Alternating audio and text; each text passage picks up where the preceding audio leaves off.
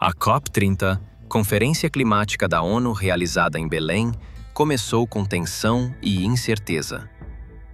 O que deveria ser o pontapé inicial para decisões globais sobre o futuro do planeta quase terminou antes mesmo de começar. O motivo? Um impasse político sobre quem deve pagar a conta do aquecimento global. Durante horas, diplomatas tentaram aprovar o documento mais básico da conferência: a agenda de negociações. Sem essa aprovação, nada anda. E, por pouco, a COP não travou completamente. O presidente da conferência, embaixador André Correia do Lago, precisou intervir e adiar os temas mais polêmicos, como o financiamento climático e as novas metas de redução de gases de efeito estufa, só para garantir que o evento começasse. O que ficou de fora? A estratégia brasileira funcionou, mas com custos. Ficaram de fora justamente as questões que mais dividem o mundo: o financiamento dos países ricos para conter os efeitos das mudanças climáticas, as metas mais ousadas de redução de emissões e as barreiras comerciais ambientais, criadas por países que impõem restrições a produtos de nações que poluem mais. Esses temas foram empurrados para discussões futuras, o que deu fôlego à conferência, mas também adiou o confronto inevitável. O que entrou na pauta?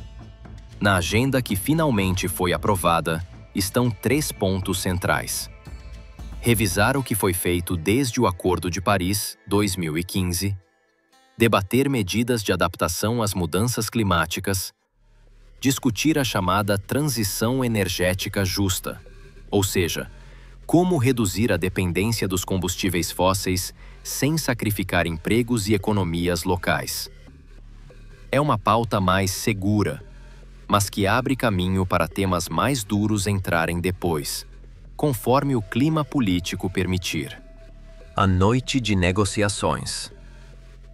Até a véspera da abertura, a situação era caótica. Delegações pediam 48 horas extras para conversar com seus presidentes e decidir se aceitavam ou não os termos da agenda. Nos bastidores, o clima era de ansiedade total. A diplomacia brasileira teve que correr para costurar apoios de países africanos, latino-americanos e até europeus moderados. Por fim, a agenda foi aprovada, com 145 pontos de debate, sendo 20 considerados o núcleo duro, a parte mais estratégica e sensível das negociações. Foi o suficiente para destravar o evento, mas também deixou claro que as divergências entre países ricos e pobres continuam profundas. A disputa: quem paga a conta? Esse é o ponto central da COP30. Os países desenvolvidos, como Estados Unidos, Reino Unido e os da União Europeia, defendem que cada nação deve financiar a própria transição energética. Já os países em desenvolvimento, liderados por Brasil, Índia e África do Sul, exigem responsabilidade histórica. Afinal, foram os países industrializados que mais poluíram o planeta nas últimas décadas. A cobrança é clara: quem causou o problema deve pagar mais pela solução. Mas, como sempre, os países ricos prometem menos do que deveriam e entregam menos ainda. Bastidores e pressão diplomática. A jornalista Júlia Duailib, que acompanha a COP em Belém, relatou o caos diplomático nos bastidores. Segundo ela, até meia-noite não se sabia se a conferência começaria. As portas das salas de reunião estavam trancadas, negociadores exaustos e ninguém dormia. Mas o Brasil conseguiu garantir o início da conferência, evitando um vexame internacional. Nos bastidores, diplomatas reconheceram: sem a mediação brasileira, a COP teria colapsado antes mesmo de abrir as portas. Belém. De palco a protagonista. Belém vive um momento histórico. A cidade, que até a semana passada estava tomada por líderes mundiais e segurança reforçada, agora está cheia de negociadores, ambientalistas e representantes da sociedade civil.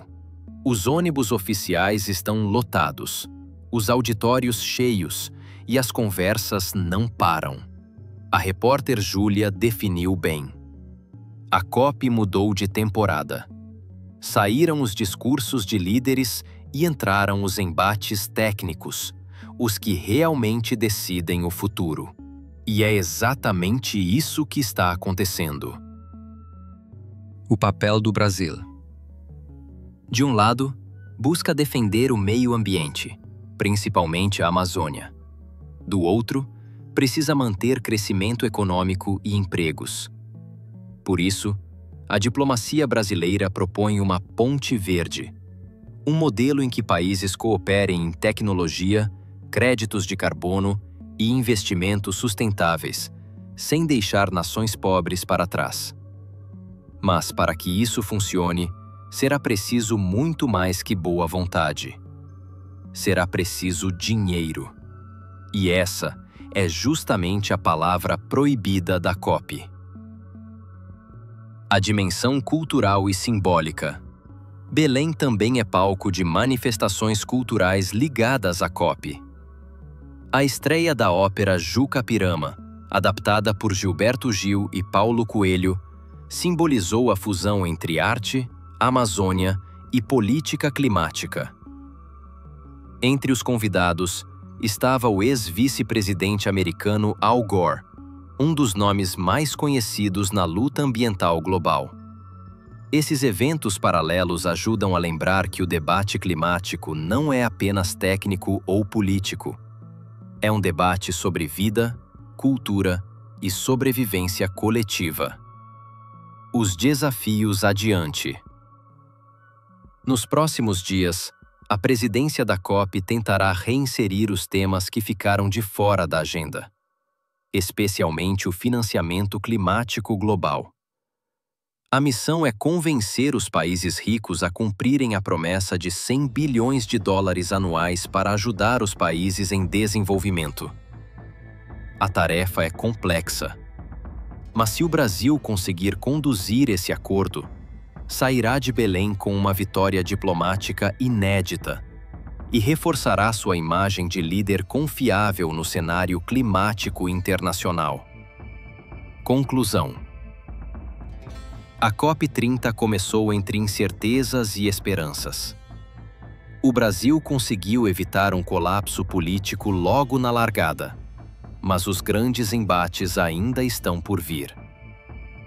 O mundo observa Belém com expectativa e também com ceticismo. O futuro do planeta continua em disputa e a pergunta segue sem resposta.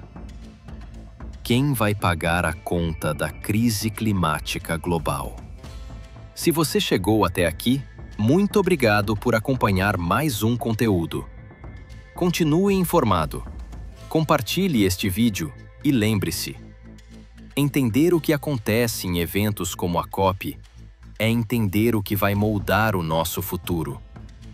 O seu, o meu e o de todos nós.